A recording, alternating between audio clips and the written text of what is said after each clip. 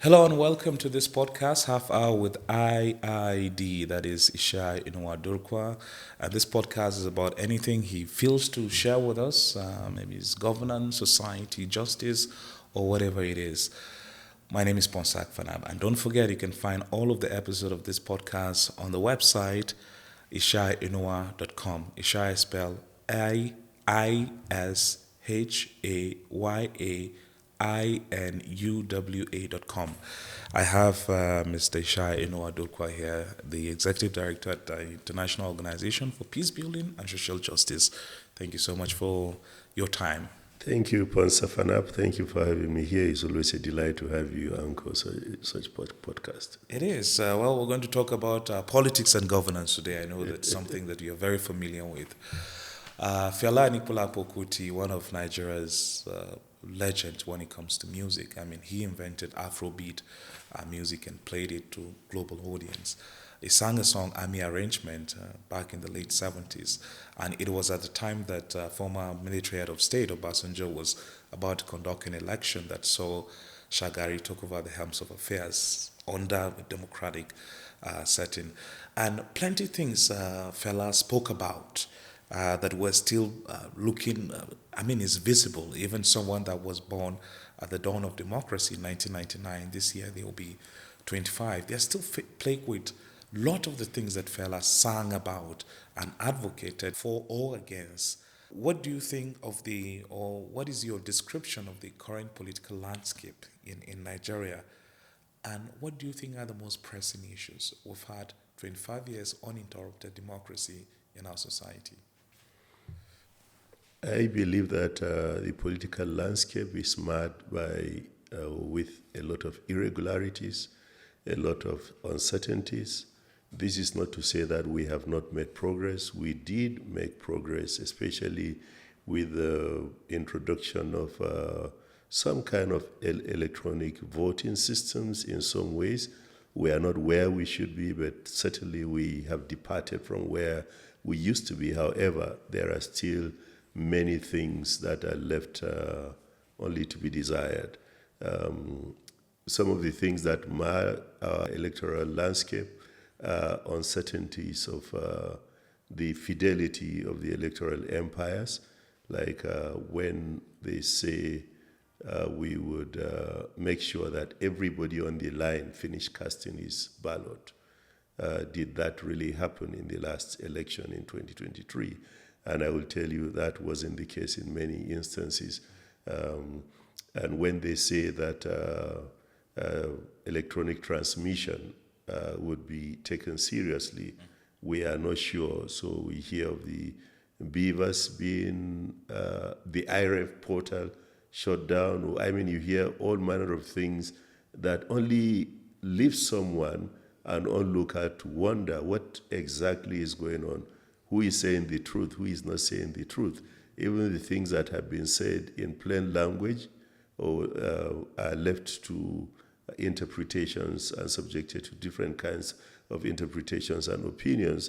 And not only the electoral umpire, in the immediate past election, we've seen that even the judiciary, that is supposed to be the last hope or resort of the common man, has been dragged into the electioneering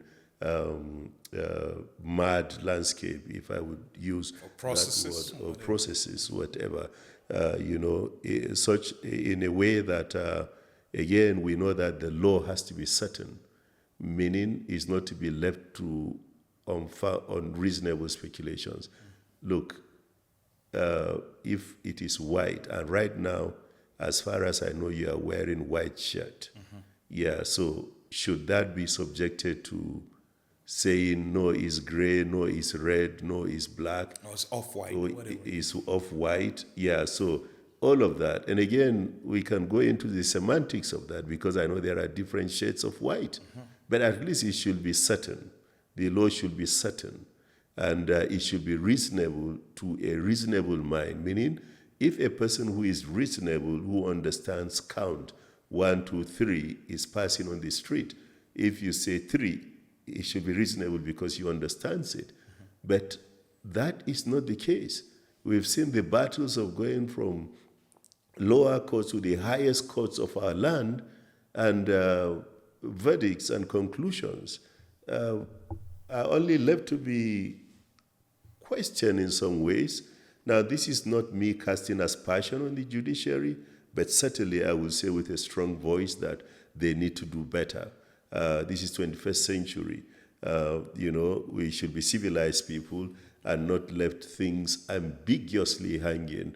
So the electoral landscape, honestly, needs to be attended to with every sense of urgency. I'm happy that you brought the electoral landscape. Global think tanks and a lot of scholars, when it comes to democracy and governance, have said that the only marker to prove Nigeria is a democratic society is periodic conduct of elections for 4 years. And since the dawn of democracy in 1999, we've had that consistently, except for during Obasanjo that he wanted to do something funny, but it didn't scale through. Are you concerned that 25 years after we still complain about our election, despite it being the only marker to prove that we're a democratic society, but we're yet to have a credible election that everybody will say, look, I believe in the verdict of this election because it truly reflects the wishes of the Nigerian people? If the only marker to sustainable or credible democracy or electioneering is that it has been consistently going uninterrupted for 25 years, then I will tell you I don't need democracy, to be honest. I don't. Why is that? Yeah, so to what end is democracy if we will not talk about good governance? To what end is democracy if we will not talk about the betterment of the life of the citizens? To what end is democracy if the poorest of the poor cannot, if the poor cannot get food, they cannot go to hospital, cannot pay their school bills and all of that? So that you are running democracy for 25 years uninterruptedly means that is the marker? No. I don't want to buy that. What then is democracy? What is the end game of democracy? Strong institutions. Yeah, so do we have strong institutions? Yeah, how can we build? I mean, that's the next question. Lots of pundits and analysts will say that, and in Nigeria we know how to extract our problems, but how can we build strong institutions instead of strong individuals to solidify our democracy? Yeah, we love speaking English and arguing on semantics and all of that. And thank God that we truly are blessed people. We have intelligent people, but it appears as if severally our intelligence have not been translated into pragmatic, actionable points that visibly depicts a picture of people, a civilization that are flourishing. Go back to 1999. Before 1999, we have had many industries that are working. You can go to Kaduna, you can go to Kano, you can go to Ogbom, at different places. We have had industries that were working. Do we have them today? We have had electricity faring better. Do we have it today? We have had better roads. Do we have them today? We have enjoyed peace. Do we have it today? Why are we talking about insurgencies? We are talking about banditry and kidnappings and all of that. So, to what end, again, I ask, is democracy? So, I do not believe that we should celebrate that democracy is working well for us because we have had 25 uninterrupted years. Yeah, we can celebrate that, but we shouldn't stop at that. We should go beyond that and discuss the real issues about democracy. And talking about institutions of governance, it takes strong people to set up institutions. People will tell you that we need strong institutions, and it's true. And I know, I'm a Nigerian, and by all standard, because we do research, I can tell you that we don't have one functional, very functional, exhaustive functional system in Nigeria, institution in Nigeria. We don't. For example, if you talk about the judiciary as a system or as an institution, how exhaustive...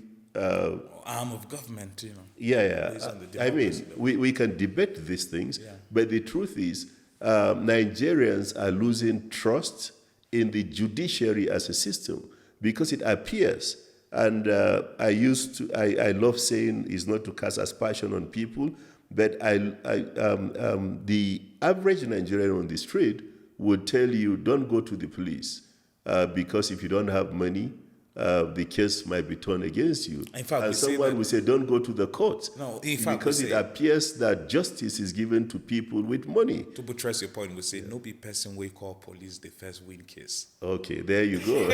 And I can add that no be person we go to court, they win case. That appears to be the popular opinion, and sadly so. And let's not deceive ourselves. I'm not given to that. There is only one thing that can deliver us as a people, and that is the truth. So we must say it unapologetically. If the judiciary find their hoe in my garden, what they need to do is to weed it. But the judiciary is being drawn into politics, so much so that people are doubting how credible that institution is. I'm talking about strong institutions. We don't have that in the judiciary. Otherwise, whenever a verdict is given, people are second guessing it. So that means there is something that we need to attend to. You can think of education as a system or institutions that of education is a bit obsolete because today even our curriculum are not competitive against nations that have developed. People are talking about robotic technologies, the AIs of this world. We are still trying to cram that geography, what do you call it? We've gone past 9 planets. When I was in school, it was 9 planets, in geography. Yeah. We've gone past those things, but that's where we are. You can think about even infrastructure, where you go to even a university, not primary school, not nursery school. You go to a public university and you see students sitting on the windows or on the floors to take lectures, or you see the pens are gone. And that tells you that learning is being impeded because that infrastructural deficit impedes on learning when you do a study on learning methods. They affect how people assimilate and how people make use of that knowledge. Now we can even think about the lecturers. How well are they faring? Now, our professors, VCs, were drawn to become returning officers by the electoral umpires, and we are not sure if these professors, all of them, because, I can say that there are some of them who have gone to be returning officers, and it appears as if they have been induced to do the things they have done. Today, that you can have a spreadsheet, Ponsa, to enter in results, and then because you have inserted formulas, it will tabulate and give you the numbers. Today, you see our professors using calculator to calculate points, and at the end of the day, it's not even correct. And these are professors. So, even in terms of faculty, it seems as if we are in deficit. So, education as a system, whereas we have education seemingly thriving, education as a system or as an institution is not very functional, it's becoming obsolete. I can talk about the security system as an institution. It's unending. It's unending. We can go on and on this, but that is the reality. However, I believe it is possible to have strong institutions, but we need strong leaders to set up strong institutions, and then strong institutions can bring good leaders, and good leaders will make the country to prosper. I think we need to look at that, yes. Yeah, if based on what you have said just now, is politics and governance, how will you, what is your advocacy for us to reorganize how we play politics so that we can get good governance for the people? Because people choose leaders based on their primordial sentiment, religion, ethnicity, tribe, and region, and so many other considerations, instead of what everybody knows you with, the 3 C's, like you always outline: character, competence, and capacity. Yeah. Talk to us how can the ordinary voting public say, okay, I'm voting this person, I'm voting Mr. Inuwa because Mr. Inuwa is the upright person, he has integrity, his word is his bond, and anything he says during campaign, that he's going to do. And that will naturally translate to good governance.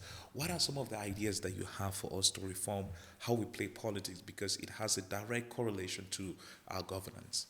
Yeah, so the first thing I would say is this. Someone asked me a question, Ishaya, if you are given the right and the power to change one thing in Nigeria, what are you going to change? I told the person that I would love to change the way Nigerians think. Talking about knowledge, improve on knowledge deficit. And this is to key me into answering the question that you just threw at me. We need to embark on mass awareness, campaign awareness for the citizens to be empowered to know how to select, simple selection. Because an average ordinary Nigerian, especially our Gen Zs, and I'm not saying this, they are the best and the brightest of us, but I believe their selection knowledge is limited by what was handed down to them. You know, we learn by assimilation sometimes. What they have learned is that you should select a person who is from your region, or who is from your religion, or who is from your ethnicity, or someone who is your father or your mother for your own benefit, as against deploying utilitarian view, which is how are the majority or all of us going to fare when this person comes into governance. So education is important. We need to look at that. Number two, we must get to a point where the citizens are the ones who are determining who lead them, not the judiciary. Even the electoral umpire, INEC, should only be an umpire, not to be the ones playing the game. Sorry to interrupt, has it ever bothered or crossed your mind that why, I mean, we live in a democratic society. After people go to cast their vote, why do we have to go to the courts? Just look at countries like Kenya, the kind of system that they practiced. When William Ruto won his election, there wasn't, he went to court, but it was very short. And the court decision truly reflected the wish of the people. There wasn't any complaint in Kenya. Britain, our colonial masters, had their election. There wasn't any, okay, I'm dissatisfied, I'm going to head to the court. When you hear the head of an electoral umpire will come out to say, if you don't feel okay about this result, you can challenge it in court. What does it tell you about the system and our values as human beings in this society? You know, the question you asked just made my heart sink, and my heart did sink. We have a lot of work to do. We have made progress, but I think at this point we have realized that our progress is like that of a chameleon walking. The progress has been very slow. And we must tell ourselves the truth and make intentional effort to get out of that place. When you say go to court, the first thing that comes to mind is that there is something you don't want us to know. Otherwise, the court shouldn't determine that. A lot of money have been invested on the IREV to get the IREVs working, the beavers and all of those things. To what end? Why do we have to go to court to determine who won or who wins? We don't have to do that. So I think for us to really make progress is that we need to tell ourselves the truth. We are witnessing different nations conducting their elections and the results coming on record time, almost on record time. South Africa was just a classical example. Yeah, it's there. You are monitoring it from everywhere. Yeah. And here in Nigeria, we have intelligent people that can design the softwares and even the hardwares to make electioneering simple. We make it look complex, something that is simple. Today in this room, if we are 10 and we are asked to cast votes, it shouldn't be a problem now. But that same token can be expanded to 200 million people. Why are we making it complex and we are laughing at ourselves? You make Nigerians to go and lie in the sun, in the rain, and all of these things. The materials would arrive late, and I mean, many things that could mar or that are marring this whole process. And at the end of the day, they are not sure if their votes are going to count or not. Right now, you and I are left with the task and the responsibility of mobilizing and encouraging people to go to the next votes. Because many Nigerians, and you can go and verify, are saying, to hell with election, we are not going to do it because your vote doesn't count. But you and I know that we have to keep doing until we get it right. Yeah. So those are the problems. Let's talk about, we're on a federation, and federations stipulate that each federating unit should be autonomous. I choose my word very carefully. Should be autonomous. Yesterday, the Supreme Court in Nigeria ruled that local governments should be given their money directly. It is bringing a lot of debate, and lawyers are saying that no, it's going to cause a lot of constitutional adjustment and what have you. Let's talk about devolution of powers in this country. Do you think that power is too central and is too concentrated? A typical example is we don't have state, like in developed societies, like in America, they have over 200 different policing services, market police, campus police, district, what have you. But in Nigeria, we just have one federal police, and then they are not up to 500,000 against our number of 200 million people. What are some of the ideas you have that you share on devolution of power so that power shouldn't be concentrated just at the center?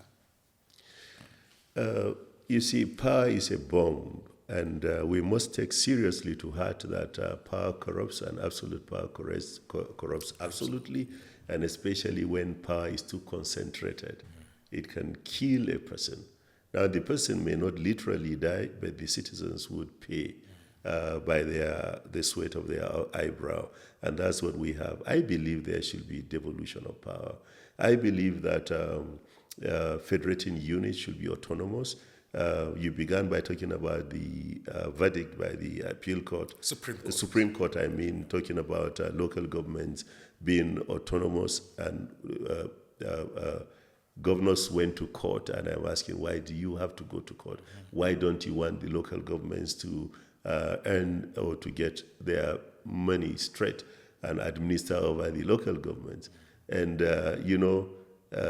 we were children, and even when we were children, what we knew was that when subvention comes in, or whatever money comes in, the governor, who is the CEO of a state, determines what goes to the local government chairman. And because of that electoral fraud that we have suffered from, it appears as if those who are saddled to become local government chairmen were just appointees, or were just favored to be there. So whatever is given to that person, he can't say nothing. And so you find out that we don't have good ways to account for what is coming in and what is being spent and what is going out. And the system is just abracadabra. The more you look, the less you understand. We need to have clear-cut lines across all of these divides so that Nigeria would work. The more you insist you don't want these things to happen, the more you make someone like me to suspect that there is something you don't want the average Nigerian to see.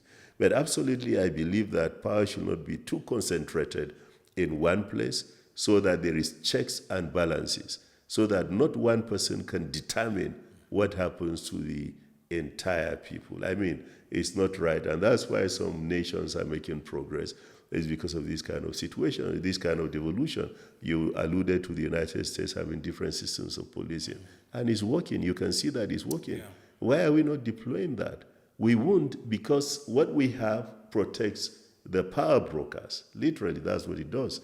I saw on social media yesterday how that, is a kind of a cartoon.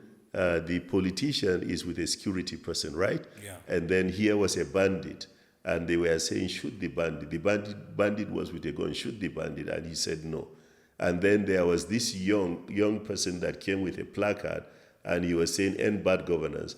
And they said, shoot the person. And then the politician told the security, and he shot the guy who is advocating for good governance. It broke my heart yesterday. It was a simple cartoon, but it speaks volumes. And so I think from conceptualization, police were set up to protect the colonial masters.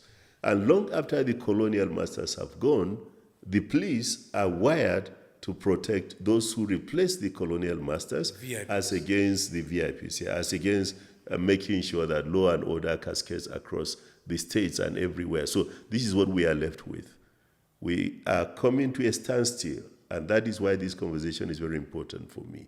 If we don't do the needful, the nation is going to explode because it's already imploding. This is the reality. And those who are leading today must not continue to pretend as if all is well with Nigerians. All is not well. People are dying of hunger. People are falling back into all manner of mental health crisis. Suicide is on the increase, to tell you how distressed the economy is. And there is just this much that you can push people to. Yes, Nigerians are resilient people, but I believe that there is what the house someone says, to retake bongo. Yeah. You don't want to subject a patient person, to that place, because the result would be catastrophic, and we don't want to get into that. I don't like the phrase resilience, because we talked about Fela at the start of our conversation, and Fela said something. He said, 49 sitting, 99 standing, suffering and smiling. That is his own phrase for being resilient. So I don't really fancy that word, word resilience. Well, so etymologically, the word stands alone is a good word. It has its meaning. Yeah. But when we use it to mean who we are in Nigeria, in many senses it's true. It's just that it's a negative word to us, because you're suffering and yet you are smiling. Yeah. I mean, it doesn't help anybody. It won't be long that you're going to drop dead. Yeah. Well, we don't have much time. The next question I have, and it's going to be the last question, is about political education and the future of politics you see in Nigeria. Especially, the background will be what happened in Kenya. Gen Zs rose up to say, William Ruto, we don't like your tax reforms. You are going to tax us to death. Your ministers, your cabinet is gulping lots of taxpayers' money. And he had to listen to them. All of their demands were met. Talk to us about the political education and the future of politics in this country. Yeah, so reflecting on what happened in Kenya, I sincerely don't want to see that in Nigeria. Why is that? Yeah, so the dynamics in Kenya is not exactly that of Nigeria. I have been talking about the need to have transformational leaders, talking about transformational leadership, so that these leaders would lead Nigeria to a reformation. If they fail to do that, what we would be left with and what we are going to face or witness is a revolution. You either reform or there will be a revolt. These are the two choices before us. Reform or revolt. Yes, these are the two choices. And one is cost-effective, one is good, which is reform. One is deadly, is disastrous, and we are going to pay with our blood, is revolution. Why? Because if Nigerians go out the way Kenyans did, and it turns out to be catastrophic, who is going to lead? Who is going to win? Who is going to lose? Already Nigeria is facing a dire situation where regionally we are divided. Religiously we are divided. Ideologically we are divided. We have many warheads. I mean, secessionists, people who are agitating, whether it's the Niger Delta militants, or is the IPOB, or is the ISWA, or is Boko Haram, or is bandits. There are many of these groupings already. So if the tax to reform fails and there is a revolt, and all of these people come up, I hope you know they are going to protect their interests. Even the federal police or security agencies, who is going to win, who is going to lose? It has never been stated in history who wins a war from the start. Yeah. It is when it wins. It is when it ends. So you cannot say the Nigerian security architecture is going to win, or Niger Delta is going to win, or IPOB is going to win. So we don't want to get to that place. We need to reform this nation. Do you understand? Whatever that means, and I'm saying this with every sense of responsibility and urgency, we have the window to do that which is right. But even those who have stolen our commonwealth, they have stolen. Don't say they are not thieves, and they know themselves. Not all those who lead, but those who have stolen, they know themselves. Because the question is, what industry have you set up that gave you the kind of money and assets that you have, if not that you have stolen from Nigerian people? Now, even those people, and of course they have houses probably all over the world, they should not think that they are going to escape, because there would be Nigerians in those places. That's right. Yeah. That is the reason why there is need to reform this nation. And when people talk in the manner in which I am talking, someone out there will think we are inciting or we are... No. I am speaking for your own good. And that you do that which is right. This is a reality. We can't run away from it. African leaders have been attacked in other nations. Yeah. So that is the reality. Yeah. And if Nigeria cave in today, where are you going to fly from? Nowhere. If the people take over the airports as they burnt an aircraft, where are you going to go to? And they are going to skin you alive. This is the reality we are facing. If you don't believe me, go to the slums and you'll know that people are not smiling. Thank you so much, Mr. Ishaya Inuwa Durkwa, IID. Well, this is the much we'll have on Half Hour with IID. Don't forget to follow us on our social media platforms, and you can get all of the episodes of this podcast on ishayainuwa.com. Thank you.